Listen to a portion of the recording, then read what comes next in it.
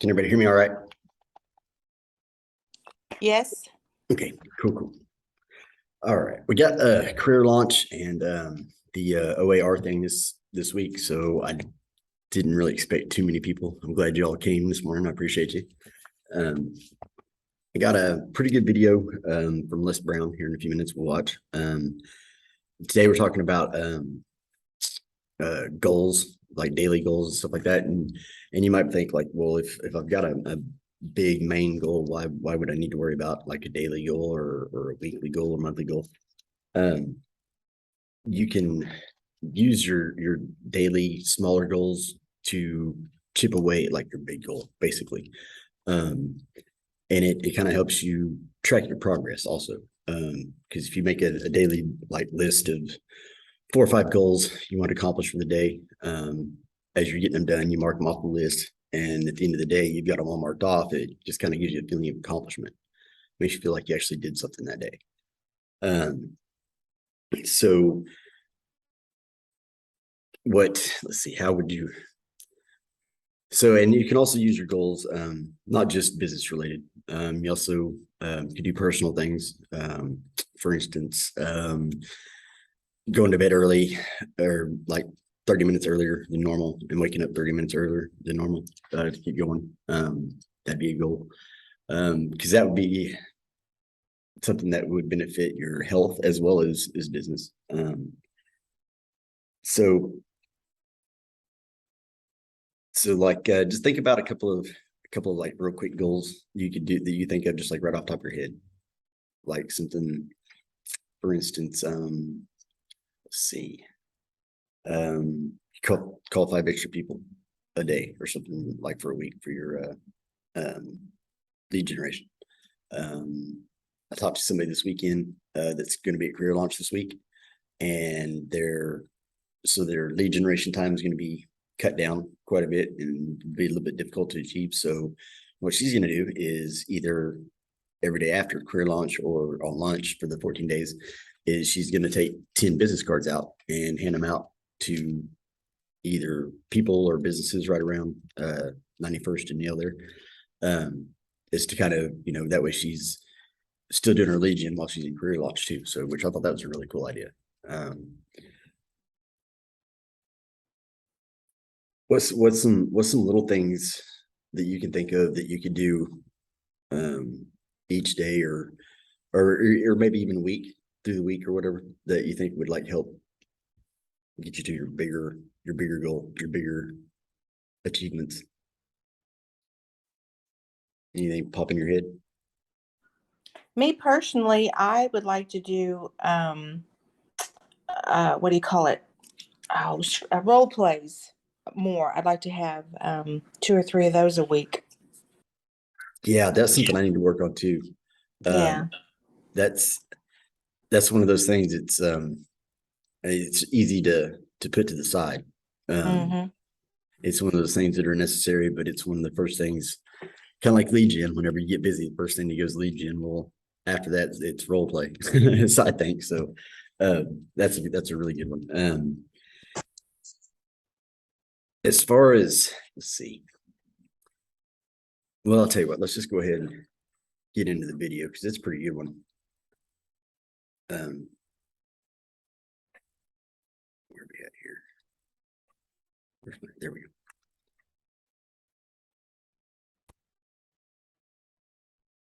This is Les Brown again. I don't know. I really like this guy. I don't know. He really gets you going. But this one, he's talking about achieving your goals and stuff. So it kind of goes along with what we're talking about here. So we'll let this go and then we'll talk about it a little bit. And then after the video, we'll talk about some more goals and stuff to set for this week and a few things we can do this week to further our business along. So. How many have major goals you'd like to achieve? Raise your hands, please. Very good. I want you to shake someone's hand on your right and left, look them in the eyes, and say with conviction, you have something special. Do that quickly, please. Very good. I like to ask that question before I speak because I like to know who's in the audience, and what your expectations are for your life. And when I ask that question, a lot of people raise their hands. Some people don't. Some people don't want anything much. Most people operate in the area of survival. How many of you know people who should be here? Raise your hands, please. See, they're fine just like they are. Now, but there are some people who that just surviving is not enough. I believe that there are three types of people in life. There are winners, there are losers, and there are winners who've not discovered how to win yet. And these individuals, it's something about them that drives them, that they will invest in themselves. They go to seminars and workshops and lectures, and they're seeking, there's something in them that says, I can do better than this. That there are people who would be glad to be where they are and would be happy, but they're not. How many of you know if you had your life to live over again, you can do more than what you've done thus far? Raise your hands. I was reading a story about George Bernard Shaw, who was a very brilliant man in his day, and I love to quote him. But one of the things that was asked George Bernard Shaw that really resonated with me at the end of his life, somebody asked him, if you had to be anybody in the world, anybody throughout history, if you had the power to be born again, who would you like to come back as? And without blinking, he said, I'd like to be born as the man I never was. I like to be the man I never was, that I never became. Seeking to connect with that person. There's another person here that you're looking at. There's somebody else back there. And every chair in this place, there are two people in this place in every chair. You're in the chair with somebody else. There's another person back there. You know they're back there. And that person is the person that you want to become connected with. And sometimes you do. Sometimes you've had some experiences where you said, I can't believe I'm doing this. How many of you have ever done that, please? That you surprise yourself. Well, every time I speak, I see this as such a sacred opportunity. And I'm so happy. Sometimes I think I'm dreaming, because when I look back on my life, and this Les Brown that you see was in bondage for so many years, didn't come out till late in my life. I had him under arrest. I was in bondage with fear. I wanted to do what I'm doing. And I thought about things I wanted to accomplish, and I held myself back because I was afraid to fail. I was afraid to make mistakes. I was afraid that I would embarrass myself. I was intimidated by people who had college degrees because I didn't have a college degree. I still don't have a college degree. And so I would think about the things I wanted to do, and then I would start thinking about the fact, Les, you can't do that. So that's what I told this guy in me. Les, you can't do that. You don't have a college education. Les, I hear what you're saying, but come on, be logical, be practical. You can't do that. I know you feel good going to see Zig Ziglar and Tony Robbins and the late Dr. Norman Vincent Peale and Robert Schuller. I know they motivate you and inspire you, but get real. You can't do that. You never worked for any major corporation. Come on, let's be practical, be logical. Oh, yes, I know people told you you have a gift of gab and you have a nice personality and you're funny and you make people feel good and you make them laugh, but you become a speaker, speak for corporations, train and teach people and motivate people to do something you've never done. You're not rich. You're not successful. You don't have any books. You don't have the resources. You don't know the people. You don't have the contacts. You can't do that, Les Brown. See, my heart said, I can do that. And I looked at my dream and saw someone doing what I love to do. I love to help people. How many love to help people? And my heart said, I can do that. And then I made a critical mistake. I asked, how? The mind became operative. The mind came up front and said, Les Brown, I heard what your heart said, but I want to ask you, how will you do that? And so I went from my heart to my mind, and I tried to figure it out. How would I do that? At that time, I wanted to earn $1,000 an hour. My mind said, do you make $1,000 a week? I said, no. Okay. Have you ever done this before? I said, no. Okay. Well, I'm not saying you can't do it, but let me ask you some other questions, all right?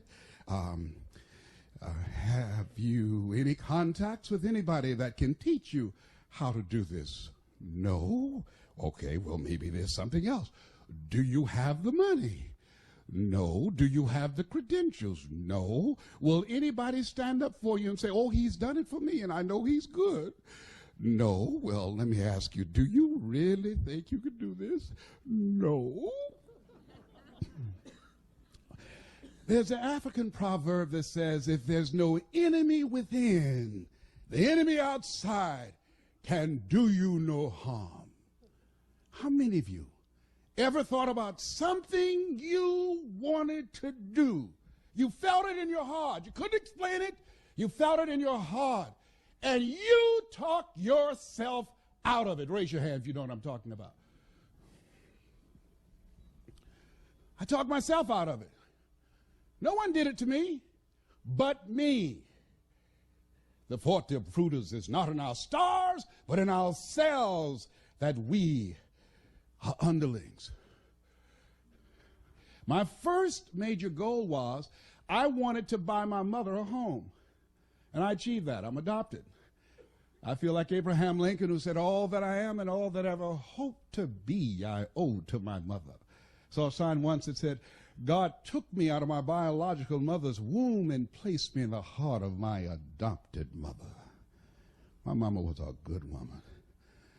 She adopted 7 children. Mama only had a 3rd grade education, but I admired her character. I admired her personality. She never met strangers. Mama met you right now. She would talk your head off. You know, she was a funny woman. She always had a sense of humor. Mama walked fast. We walked with Mama downtown. We had to hold her dress. Mama would walk fast. We trying to keep up with Mama. Years later, at the end of her life, when she was 89 and suffering from breast cancer, we took her to a furniture warehouse, and she got out of the car with my sister, and she was holding my arm, and I said, Mama, I said, they have a wheelchair here. Can I get this wheelchair for you? And I went and got the wheelchair, and she looked at me. She said, no, boy, I would walk this place myself. I said, Mama, but it's so huge, Mama. I'll roll you in a wheelchair. She said, I'm fine. And I saw her straighten herself, and she walked it herself. I admired her strength. I said, oh, Mama, you know, this morning I got up, and every time something happens to me and I want to get down and I want to surrender to any of the challenges I encounter, and I got up this morning, and the sciatic nerve and this L5 and L4 of my lower disc protruding, and I was in pain, and my body said, you can't do this speech today. And somebody said, are you going to surrender to this pain, or are you Mamie's boy? Get up and straighten your back. You can do that speech. You can walk that flow yourself. When you start walking, you won't feel anything but her presence with you. Sometimes we have to stand up inside ourselves. Sometimes we have to fight ourselves. Sometimes you have a dream and goal that you want to achieve, and you say, oh, I can't do that. You got to tell yourself to shut up. I can do it. Don't tell me I can't do that. Sometimes you got to talk to yourself. I can do it. I'm Mamie's boy. Oh, I can do this. Oh, I will do it. I have got to do this. What you think about your dream? And I want you to increase your dream dramatically. And I said you have something special. I'm telling you what I know. You have greatness in you. You have the ability to do more than you can ever begin to imagine. I don't even know you, But I'm telling you what I know from my own experience. And greatness, ladies and gentlemen, greatness, it's a choice. It's not your destiny. Most people never discover their greatness. Most people, ladies and gentlemen, go to their graves living a life of mediocrity, living a life far below their potential.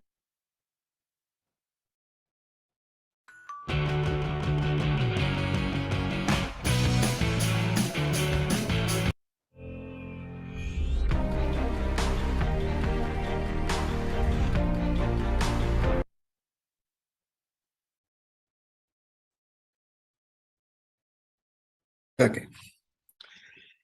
So what'd you hear? Any takeaways? Anything that stuck out to you?